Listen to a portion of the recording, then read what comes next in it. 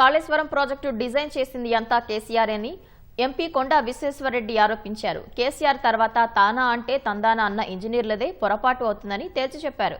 Cabinet అంగీకారంతోనే ఆర్థిక మంత్రి నిధులు మంజూరు చేస్తారన్న ఆయన ఈటల అదే చేశారంటూ వివరణ ఇచ్చారు.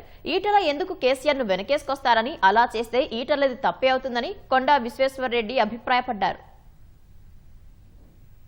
మీటింగ్ అంటే ఒక గంట మీటింగ్ కాదు, 9 గంటలు 10 గంటలు 12 గంటల మీటింగ్ ఇవన్నిట్లా నేను ఉంటాయి. కానీ ఈ మీటింగ్ లో ఒక్క మీటింగ్ లో కూడా ఈటల గారు లేరు. నాకు యాదకుంట వల్ల బహుశా ఒకసారి హరీష్ రావు గారు వచ్చిండ్రు. ఇది మొత్తము A to Z designed by KCR. Engineers కూడా వాళ్లకు ధైర్యం ఉంటే తాంతే తందాననేటోళ్లను పెట్టుకున్నారు. ఎవరన్నా అండు మాట్లాడితే వాళ్ళని తీసేసిండ్రు. నాకు తెలిసినంత వరకు 1% కాదు 0.1% ఇన్వాల్వ్మెంట్ ఈటల రాజేందర్ గారిది లేదు. ఇంకేమైనా తప్పు పట్టాలంటే నాకు ఆశ్చర్యం అవుతుంది.